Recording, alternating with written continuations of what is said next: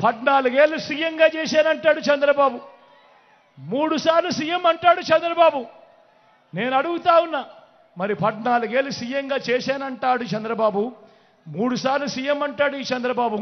మరి ఈ చంద్రబాబు పేరు చెప్తే ఏ పేదకైనా కూడా ఆయన చేసిన ఒక్కటంటే ఒక్క మంచైనా ఏ పేదకైనా గుర్తుకు వస్తుందా అని అడుగుతా ఉన్నాడు మీ బిడ్డ.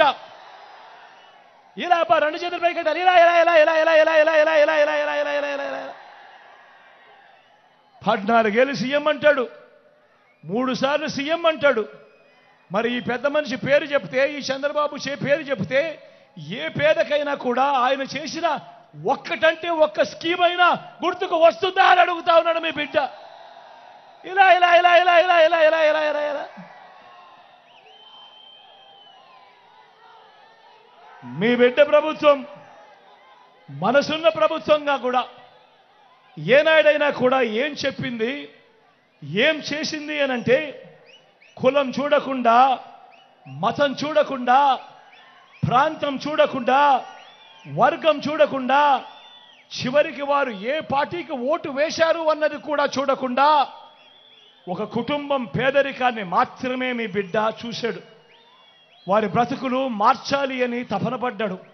ఈ 59 నెలల కాలంలో వారి బ్రతుకులు మార్చడం కోసమే మీ బిడ్డ అడుగులు వేశాడు. కానీ చంద్రబాబు రాజకీయం ఊసరు వెళ్ళి రాజకీయం. ఆయన బాగా ముదిరిపోయిన తొండ. ఒక పక్క 4% ముస్లింల రిజర్వేషన్లను రద్దు చేస్తామని శపథం చేసిన బీజేపీ పార్టీతో ఈ చంద్రబాబు జత కడతాడు. మరో పక్క మైనారిటీల ఓట్ల కోసం మైనారిటీలను మోసం చేసేందుకు ఈ చంద్రబాబు డ్రామాలు మొదలెట్టాడు, దొంగ ప్రేమ నటిస్తాడు. కానీ 4% రిజర్వేషన్లను మైనారిటీలకు రద్దు చేస్తామంటా ఉన్న బీజేపీతోనే కొనసాగుతాడట ఈ చంద్రబాబు. మరి ఇంతకన్నా ఊసర వెళ్ళి రాజకీయాలు ఎక్కడైనా ఉంటాయా అని అడుగుతా ఉన్నాడు మీ బిడ్డ. నేను చెప్తా ఉన్నా, 600 100 4% రిజర్వేషన్లు ఉండి తీరాల్సిందే. ఇది మీ జగన్ మాట, ఇది వైఎస్ఆర్ బిడ్డ మాట. మరి చంద్రబాబు ఇలా మోడీ గారి సమక్షంలో చంద్రబాబు ఇలా మాట్లాడగలుగుతాడా అని అడుగుతా ఉన్నాడు మీ బిడ్డ. మరి మైనారిటీల రిజర్వేషన్లను రద్దు చేస్తామన్న తరువాత కూడా ఎన్డీఏలో ఎందుకు కొనసాగుతా ఉన్నాడు ఈ చంద్రబాబు అని అడుగుతా ఉన్నాడు మీ బిడ్డ. మైనారిటీల మీద మీ బిడ్డది నిజమైన ప్రేమ. ఇదే సందర్భంగా నేను ఒక్క మాట చెప్పాలి. ఇక్కడున్న వేల జనాలకే కాదు, రాష్ట్ర వ్యాప్తంగా ఉన్న జనాలందరికీ కూడా చెప్పాలి. 4% రిజర్వేషన్లు కేవలం మతం ప్రాతిపదికగా ఇచ్చిన రిజర్వేషన్లు కావు. ముస్లింలలో కూడా ఉన్నత వర్గాలకు ఆ రిజర్వేషన్లు వర్తించడం లేదు.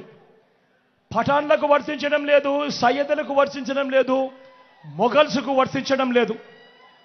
ఇవి కేవలం వెనకబాటు ప్రాతిపదికగా మాత్రమే ఇచ్చినవి. అందరూ గమనించాల్సింది ఏమిటి అనంటే అన్ని మతాల్లో కూడా బీసీలు ఉంటారు, అన్ని మతాల్లో కూడా ఓసీలు ఉంటారు.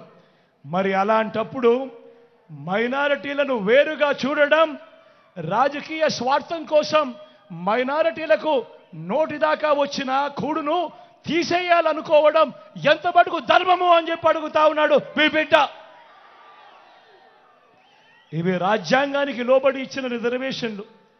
రాజకీయ స్వార్థం కోసం వారి జీవితాలతో ఆడుకోవడం దుర్మార్గం కాడా అని అడుగుతా ఉన్నాడు మీ బిడ్డ. అందుకే ఇవి ఎట్టి పరిస్థితుల్లోనూ కొనసాగుతాయి.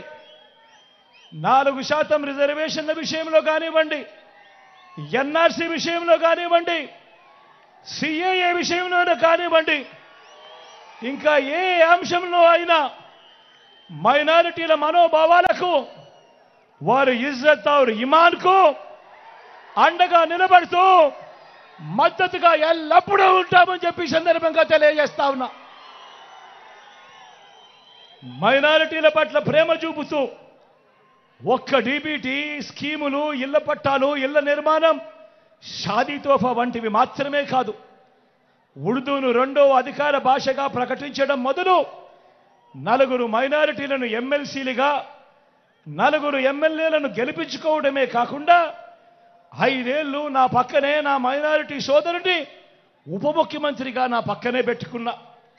నా మైనారిటీ సోదరిని శాసన మండలి ఉపాధ్యక్షురాలిగా మైనారిటీ సప్లాన్ బిల్లును తేవడం మొదలు ఇలా ప్రతి సందర్భంలోనూ మైనారిటీలకు సముచిత స్థానం ఇచ్చుకుంటూ వచ్చింది కేవలం ఈ 59 నెలల కాలంలోనే అని చెప్పడానికి మీ బిడ్డగా గర్వపడతా ఉన్నానని ఈ సందర్భంగా తెలియజేస్తా ఉన్నా.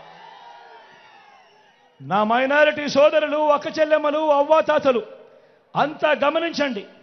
మన రాష్ట్రంలో ఉన్న 175 ఎమ్మెల్యే సీట్లలో 4% అంటే దాని అర్థం 7 ఎమ్మెల్యే సీట్లు.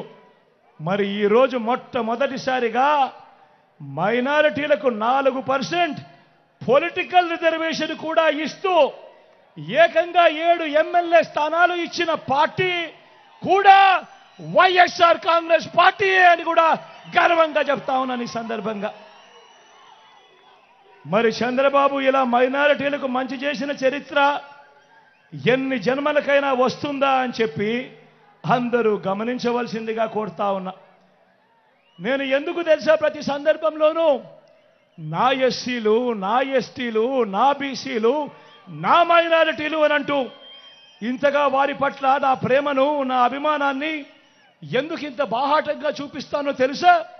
కారణం, ఒక ముఖ్యమంత్రి స్థాయిలో ఎప్పుడైతే ఇంతగా వారిని గుండెల్లో పెట్టుకొని ఇంతగా వారి మీద ప్రేమ చూపిస్తే అప్పుడు ఆ వెనకబడిన వర్గాలకు ఆ గ్రామాలలో కానీ రాష్ట్రంలో వారికి ఎక్కడైనా కూడా వారికి ఇచ్చే గౌరవం పెరుగుతుంది, వారిలో ఆత్మస్థైర్యం పెరుగుతుంది, వారిలో ఆత్మ గౌరవం పెరుగుతుంది. ఇవి జరగాలి అనంటే ముఖ్యమంత్రి స్థాయిలో ఉన్న వ్యక్తి ప్రతి సందర్భంలోనూ కూడా నా నా నా నా అంటూ వారిపై ఆప్యాయత చూపిస్తేనే అది జరుగుతుంది. మరో వంక చంద్రబాబును చూడండి. ఇలాంటి ప్రేమ, ఇలాంటి న్యాయం కథ దేవుడెరుగు. చంద్రబాబు అధికారంలోకి వచ్చాక చంద్రబాబు అబద్ధాలు, మోసాలు ఎలా ఉంటాయో ఒక్కసారి చూపిస్తాను, మీరే చూడండి.